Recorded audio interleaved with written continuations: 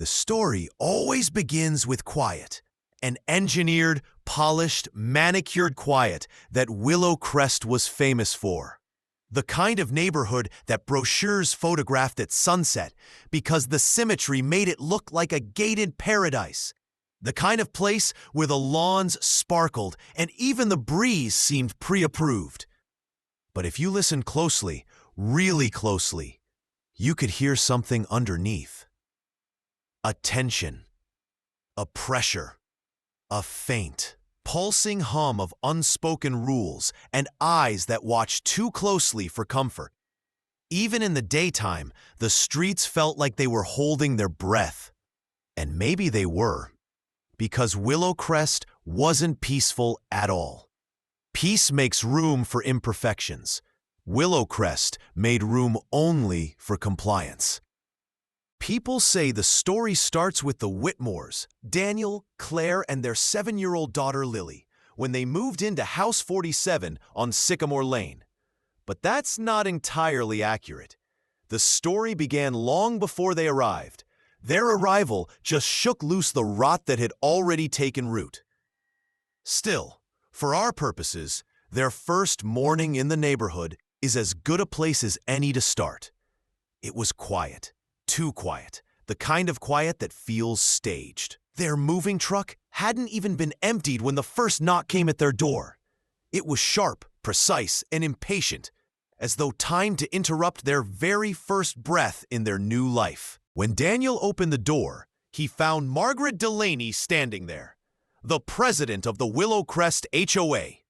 A woman in her mid-60s with silver hair pulled so tightly into a bun it looked like it pulled her entire face upward. Her expression wasn't warm, it was curated. A waxy, deliberate smile pulled onto her lips as though hospitality were a performance she tolerated for the sake of optics. She clutched a clipboard to her chest like a weapon disguised as paperwork. "Welcome to Willow Crest," she said, the words flowing out with stiff precision. "We pride ourselves on order, harmony, and mutual respect." And then she handed them a 74-page packet filled with rules that bordered on obsessive. Lawn height limits, precise shades of white allowed for Christmas lights, approved trash bin placement windows, seasonal decor restrictions, car washing schedules, a list of fines longer than the list of amenities. Claire thought she was joking, but Margaret didn't joke. Not here. Not ever. That morning, the Whitmores smiled and nodded and promised to read everything. They said thank you. They acted polite. They did everything new neighbors are supposed to do. But when Margaret left, Claire whispered, "What did we just sign up for?" And Daniel laughed nervously, brushing it off, telling her they would blend in. They both believed the rules were strict but harmless. And for the first few days, things genuinely seemed fine. Neighbors waved politely. Cars moved down the street at exactly the posted 17 miles per hour. A bizarrely specific number the HOA insisted on. Every evening, sprinklers turned on in perfect synchronization, bathing the sidewalks with mist that caught the sunset and made the whole neighborhood glow like a commercial. But beneath it, something strange simmered. People hung their smiles like masks. Their eyes lingered too long on the Whitmores' moving boxes. Conversations felt rehearsed. Neighbors looked like they wanted to say something, but were afraid of being overheard. And at night, when the rest of the world felt free, Willow Crest somehow felt more restricted, as though its silence wasn't the absence of sound, but the suppression of it. The first warning notice showed up 3 days after they moved in, a crisp white envelope taped to their front door. Claire tore it open, confused. It read, "Lawns must be at least 90% green. Current estimate 84%. Correct within 48 hours. Daniel blinked at the letter, stunned. How the hell do they measure 84%? But in Willow Crest, the impossible wasn't questioned. It was enforced. They shrugged it off, bought better fertilizer, watered the grass longer, and for a moment, they believed the issue was resolved. But of course, it wasn't. Another notice came the next morning. Curtain color non-compliant. Approved neutrals only. The Whitmores had hung pale yellow curtains in their kitchen, the kind that made the morning sun feel warm and soft. A harmless choice anywhere else. But Margaret had opinions about color palettes. Still, they complied. Replaced them with beige, then rechecked the rulebook, trying to memorize it, hoping to avoid future problems. But the notices didn't stop. If anything, they escalated. Every morning, a new envelope. Garage door left open for 93 seconds longer than permitted. Trash bin 12 inches off approved placement. Bicycle visible from the street. Lawn moisture slightly above community maximum. They tried to laugh about it at first. They tried to stay patient. They told themselves the HOA was strict with everyone. But walking through Willow Crest revealed something else entirely. No one else had notices on their doors. Not. That's when Claire first noticed the neighbors watching them. Through blinds, through cracked windows, even while pretending to garden. Always observing, like silent reporters gathering evidence. Then came the night of the anonymous complaint. They found it shoved under their door, handwritten in blocky, aggressive letters. Follow the rules like everyone else. You're ruining our community. Claire trembled reading it. Daniel crumpled it into a ball. Lily asked why Mommy looked scared. And still, they stayed. The turning point, though, the moment when the Whitmores realized they weren't just facing rules, but something darker, came 2 weeks in. It was dusk. A storm was rolling in, the kind that turned the sky bruise purple and made the air thick. Claire was in the kitchen washing dishes when she noticed a figure standing in their yard, motionless, unblinking, watching the house like it was a crime scene. Daniel rushed outside, ready to confront whoever it was. But as soon as he stepped out, the figure moved away, disappearing behind a neighboring hedge. When Daniel walked back inside, breathless and unsettled, he found a new envelope taped to the front door. This one wasn't typed. It wasn't formal. It wasn't polite. It read, "Stop questioning the inspections." No signature, no logo, just a threat wrapped in a rule. They didn't know it yet, but Willow Crest had already started pushing them into a corner.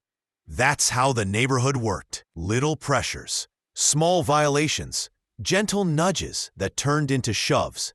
And before you realized it, you were suffocating under expectations you never agreed to. The HOA didn't need chains. It had paperwork, persistence, and social isolation. By the third week, whispers followed the Whitmores wherever they went. People stopped waving, stopped smiling, stopped making eye contact. Lawn workers who once nodded as they passed now stepped off the sidewalk, like siding with the Whitmores was contagious. Children playing down the street were whisked inside by their parents when Lily approached. It wasn't just hostility, it was strategy. HOA pressure by isolation. The more the Whitmores resisted, even in small ways, the tighter the noose became. Claire once left the porch light on past 11 p.m. She received a $75 fine. Daniel parked his car slightly crooked in their driveway. Another fine. They forgot to bring in their trash bin before 6 o'clock p.m. sharp. Another fine. Everything was monitored. Every movement noted. Every mistake documented. But the moment things evolved from annoying to terrifying was the night they received the footage. A flash drive taped to their door. No note, just a drive. When Daniel plugged it into his laptop, the screen flickered to life, showing black and white security footage. Their house, their yard, their windows, their bedroom lights. Someone had been watching them, recording them, at different times of day, from different angles. Some shots were filmed from inside bushes, some from across the street. One, horrifyingly, looked like it was filmed from their backyard, close to their daughter's window. Claire screamed when she saw it. Daniel yanked the drive out and threw it across the room. They called the police, But the police in Willow Crest had a phrase they used often.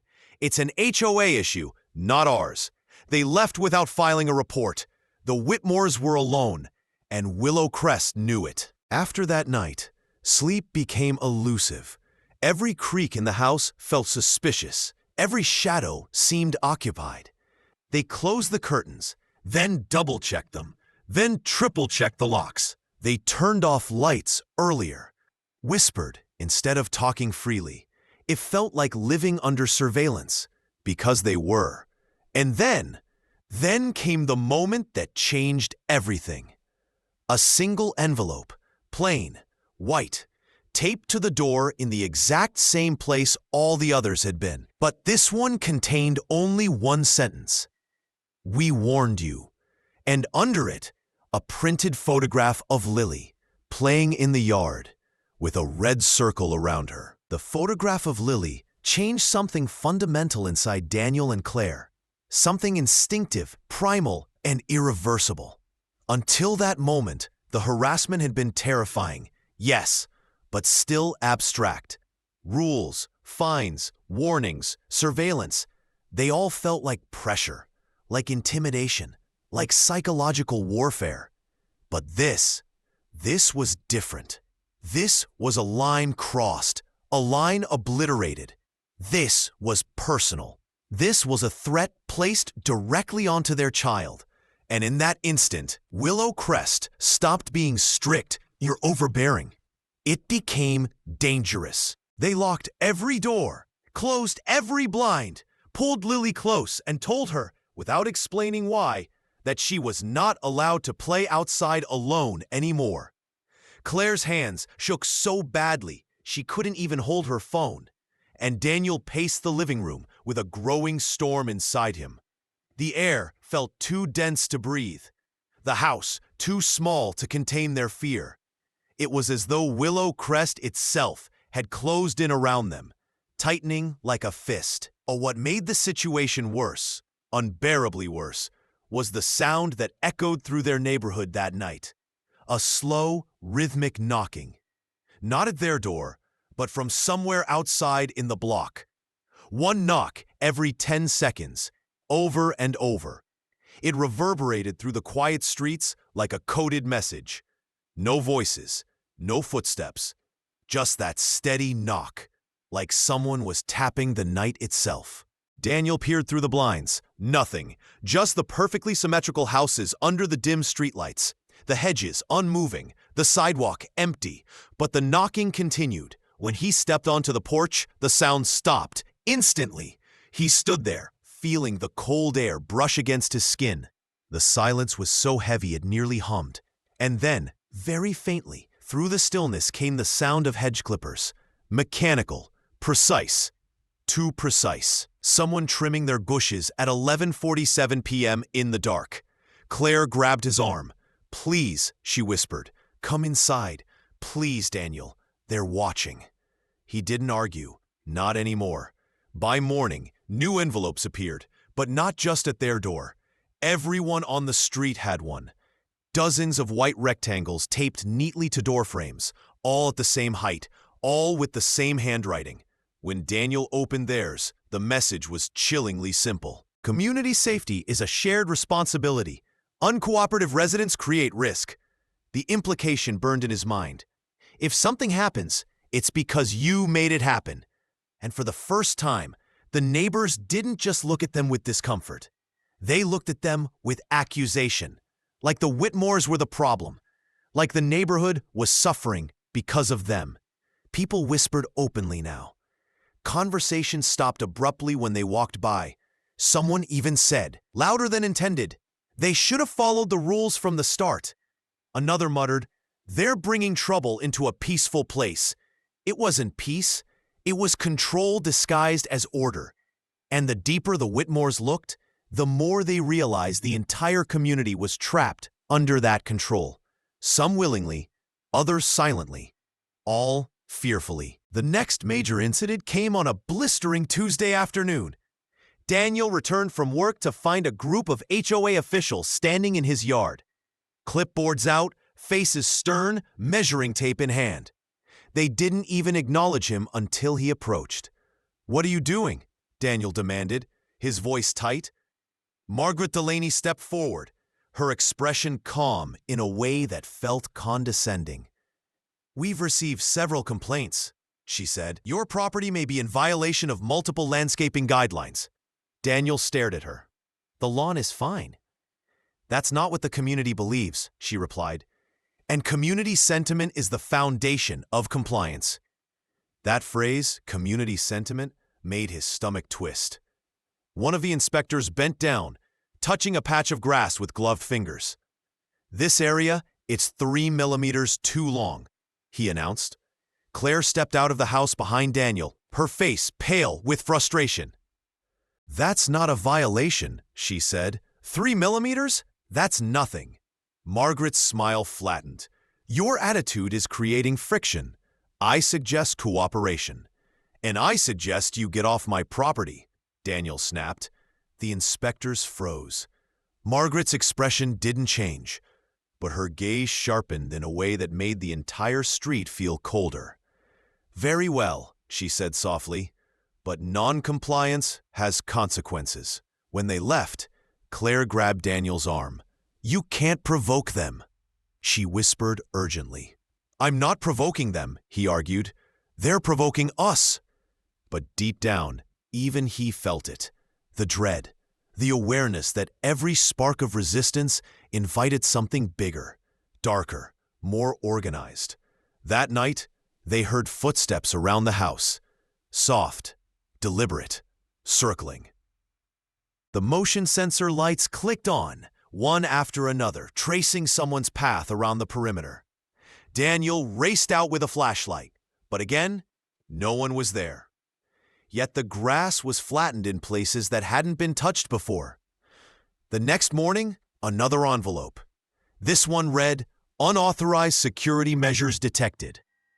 Unauthorized, meaning you're not allowed to protect yourselves. But the moment Claire truly broke was 3 days later. She woke up early. The house still dim, the sky barely glowing with morning. She walked into the kitchen and found a red marking on the sliding glass door. A circle, drawn in something thick. Something that looked like paint but felt wrong, too sticky. Next to it, taped to the glass, "Visibility check." She screamed. Daniel rushed in, grabbed her, pulled her away. Lily, confused and sleepy, peeked into the hallway, rubbing her eyes. They ushered her back to bed, trying to keep their voices calm, trying not to tremble in front of her. Claire couldn't stop shaking. That same morning, when Daniel tried to remove the red circle, he noticed something chilling beneath it. A faint outline. Fingerprints. Whoever did it touched the glass directly. They were close, inches from entering their home. He called the police again. This time, the officer's tone was even colder. "Look, sir, we get calls from your street every week. Half of them are from the HOA themselves. If you have issues with them, follow the proper channels. There's nothing criminal here." "Someone marked my house," Daniel snapped. "Someone is recording us." "Do you have proof of who it was?" the officer asked. "No," Daniel admitted. "Then it's an HOA issue," the officer said, and he hung up. Later that afternoon, a neighborhood-wide email went out, signed by the HOA, but everyone knew it was Margaret's voice behind the words. "Residents must refrain from making exaggerated claims to law enforcement, as this jeopardizes our community ranking and safety score." The implication was clear. Stop calling for help. Stop complaining. Stop resisting. That night, the Whitmores decided something had to change. They couldn't stay passive, couldn't just endure endless intimidation. They needed answers. They needed allies. So Daniel began asking neighbors questions, casually at first, trying to appear concerned, not confrontational. But people recoiled. One neighbor shut the door on him. Another refused to speak and shook her head repeatedly, terrified. A third whispered, "Please, don't drag us into this. We can't," before her husband pulled her back inside. Finally, at the far end of Sycamore Lane, an older man, Mr. Harris opened his door just wide enough. "You shouldn't be here," he whispered urgently, glancing over his shoulder. "They're watching." "Who?" Daniel pressed. Mr. Harris swallowed hard. His eyes looked hollow, exhausted. "All of them," he said, "but especially her." "You mean Margaret?" He hesitated, then nodded. "She doesn't run the HOA. Not really.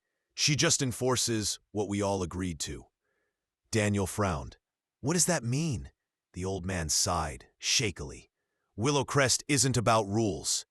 It's about control. They need someone to push, someone to pressure, someone to use as an example. And right now, it's you. You and your family." "Why us?"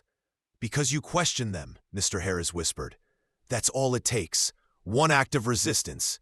They don't tolerate doubt." Then he leaned closer, voice trembling. "Whatever you do, do not go to the clubhouse alone." "Why?" But before he could answer, a shadow moved behind him, his wife, pale and fearful. She grabbed his arm and dragged him inside, whispering urgently, "You'll get us in trouble." The door slammed shut. Daniel stood there, stunned, shaken. The moment he turned around, he saw something that made the blood drain from his face. Margaret Delaney was standing at the end of the street, not moving, not blinking, just watching. Daniel walked home without saying another word. When he entered the house, Claire was crying quietly at the kitchen table. In her hand was another envelope, smaller than usual. No logo, no handwriting. Inside was a single USB drive. Daniel didn't want to see it. He didn't want to know, but he had to. They plugged it in. The video showed footage from inside their home. Inside, the camera angle was low, from a vent or a small opening. Shadows moved across the room. They saw their own shapes walking by, living their lives, not knowing they were being watched. Then, horrifyingly, the video showed Lily's room. Someone had filmed her sleeping. Claire collapsed onto the couch, sobbing uncontrollably. Daniel felt nausea twist through him. His vision blurred with rage. His hands shook. This wasn't just harassment. This was an invasion, and it was escalating. Fast. That night, they didn't sleep. Not even for a second.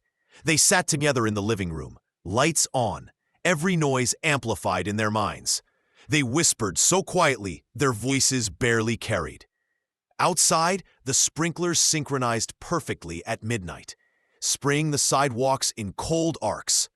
The neighborhood hummed with its eerie, unnatural order. Around 3:12 a.m., they heard a sound. Not footsteps, not knocking, not clippers. Just a faint whisper carried on the wind from somewhere outside. A single word: comply. The following morning, the envelope they found wasn't taped neatly to the door. It was placed inside their mailbox, which meant someone had approached the house quietly enough not to trigger the camera, and then placed it directly inside, an unmistakable sign that surveillance had become intimate. The note inside was even shorter this time. Just 2 words, "Final notice," but the back of the paper had something else, coordinates of a location inside Willow Crest, the HOA clubhouse basement, the place Mr. Harris told them never to go. Claire begged Daniel to ignore it. "Please," she whispered, her voice trembling. "Don't go. It's a trap. Daniel, please." He took her hands. "I have to know. I have to see what they're doing." "No," she cried, gripping him tighter. "You don't. We need to get out. Tonight. Forget everything. Just leave." But Daniel shook his head slowly. "If we don't understand what's happening," he said quietly, "it will follow us wherever we go." Claire sobbed into his chest, clinging to him as though she already sensed what was coming. Because the truth was painfully simple. The Whitmores were already caught in something far bigger than HOA rules, far bigger than neighborhood politics, and far, far darker than they ever imagined. The basement held the answers. And the danger.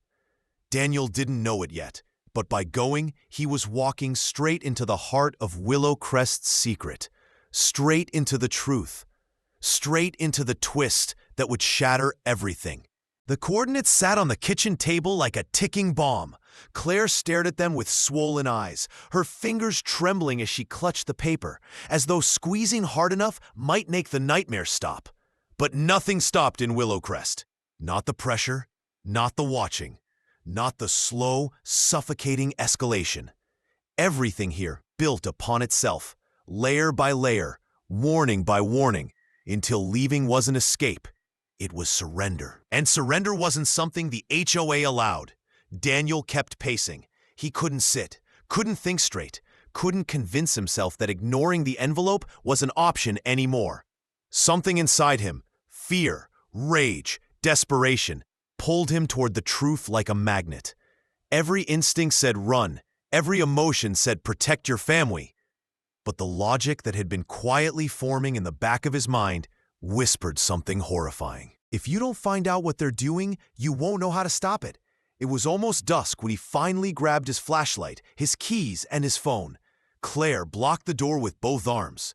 "Daniel, please, please don't go. We don't need answers. We need safety." He kissed her forehead. "I'm doing this for that," but Claire didn't let go. Not until Lily walked sleepily into the hallway, rubbing her eyes, asking, "Why are you crying, Mommy?" And then Claire's arms fell, because the truth was unbearable. They were already in danger. Doing nothing didn't protect them. It made them vulnerable. Daniel stepped out into the dim orange glow of Willow Crest at sunset, where every house looked identical. Every shadow seemed deliberate, and every hedge whispered a secret. The clubhouse stood at the far end of the subdivision, a white brick structure with manicured landscaping and a smiling sign that read, "Community Unity starts with you." But tonight, it looked different, as though the building itself leaned toward him, aware of his arrival. The parking lot was empty, the windows dark, the silence absolute. Daniel approached cautiously, testing the front door. Locked. But around the side, near the maintenance entrance, he found something unexpected. The door was propped open with a brick, subtle, intentional, waiting for him. A chill ran down his spine. Someone wanted him to enter. He stepped inside. The hallway lights hummed faintly, flickering like old fluorescent strips in an abandoned hospital. The air smelled like bleach and something metallic. The normal clubhouse interior, meeting rooms, bulletin boards, the coffee station, looked unchanged. But the deeper he went, the darker it grew, until only the green glow of an emergency exit sign illuminated the corridor ahead.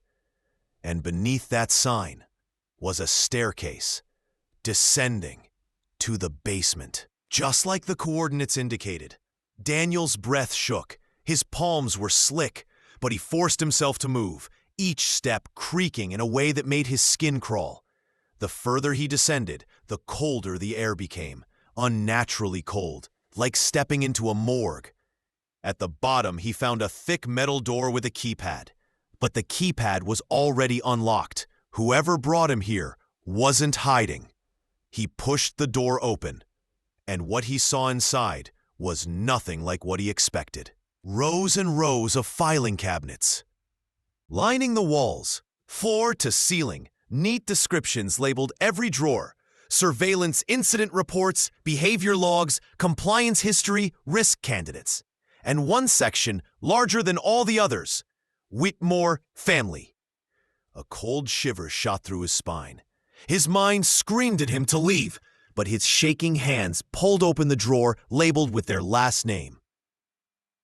Inside were folders, 20, maybe 30, each thick, each filled with printed photographs, handwritten notes, timestamps, property maps, schedules, photos of him, of Claire, of Lily, sleeping, eating, talking, walking, in their house, in their backyard, in their bedrooms. One note read, "Subject continues resisting integration. Escalation recommended." Another, "Child remains unaware. Maintain observation." And another, "Family may require final phase intervention." What did that mean? He opened more folders, frantic now, flipping through page after page until his shaking fingers landed on something that made bile rise in his throat. A printed form, blank except for the header and one filled-out line. Property transfer approval, occupant removal confirmed. Occupant removal. Before he could read further, a voice echoed softly from the doorway behind him. "You shouldn't be down here, Daniel." Daniel froze.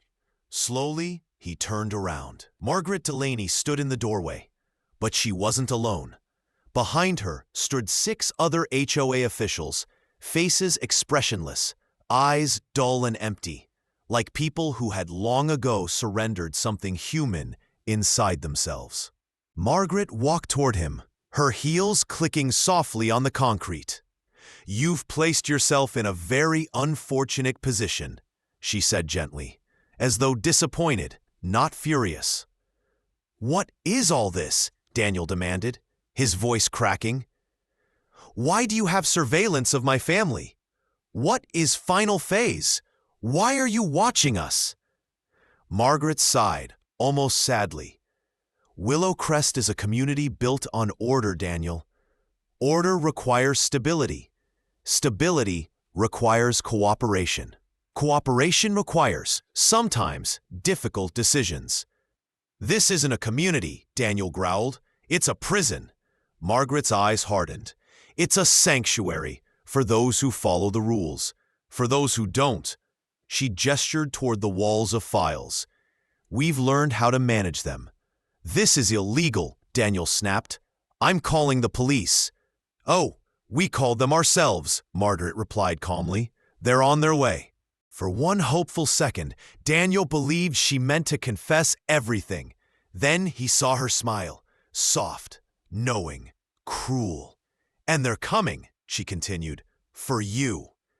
Daniel's breath stopped. "They'll find you trespassing, breaking into restricted HOA property, threatening board members." She stepped closer. "We have documentation, cameras, witness statements." His stomach dropped. They weren't hiding their crimes. They were framing him.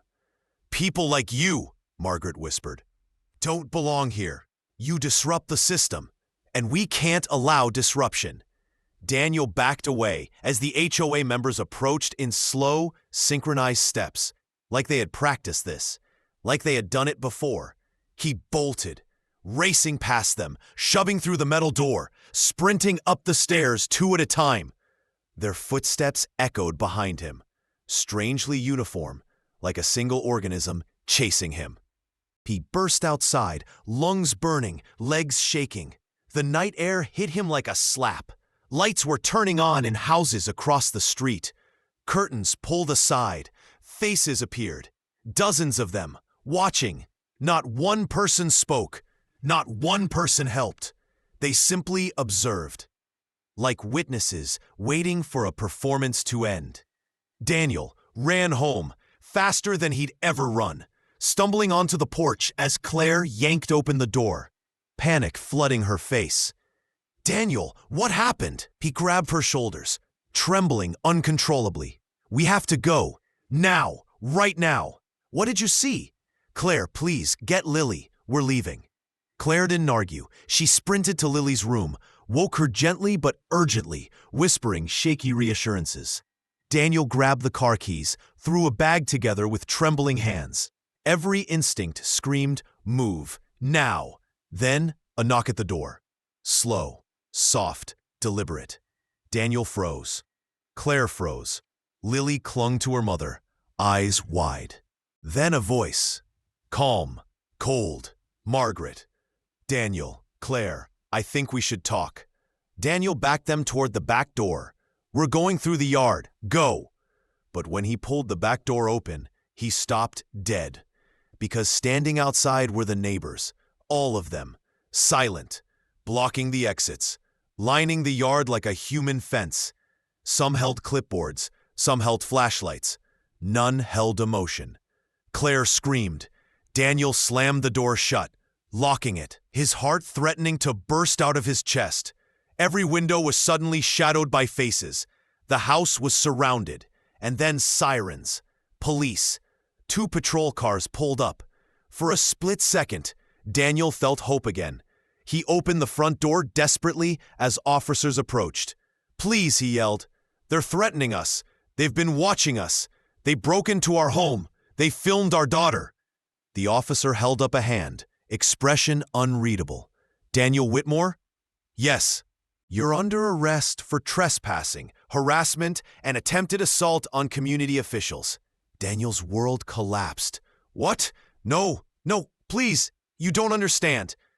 Margaret stepped beside the officer, offering him a neatly prepared folder. "All documented," she said softly. "We always maintain detailed records." The other officer looked at Daniel, then at Claire. "Ma'am," he said firmly, "please step back.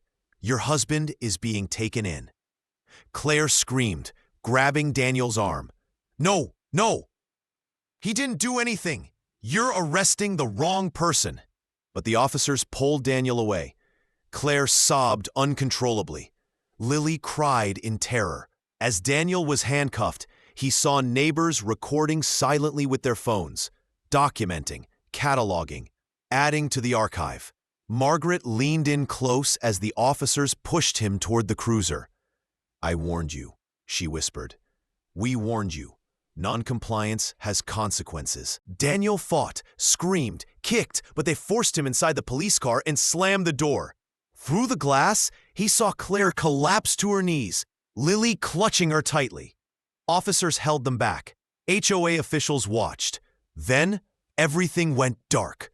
3 days later, House 47 had a new for sale sign on the lawn. Neighbors said the Whitmores moved away suddenly.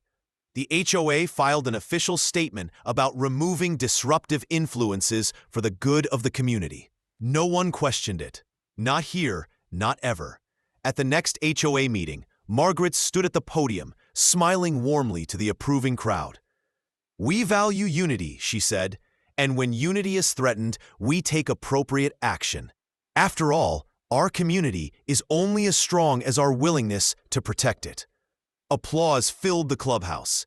Somewhere in the back, a new folder was added to the filing cabinet, labeled House 47, New Occupants Probation Period Pending.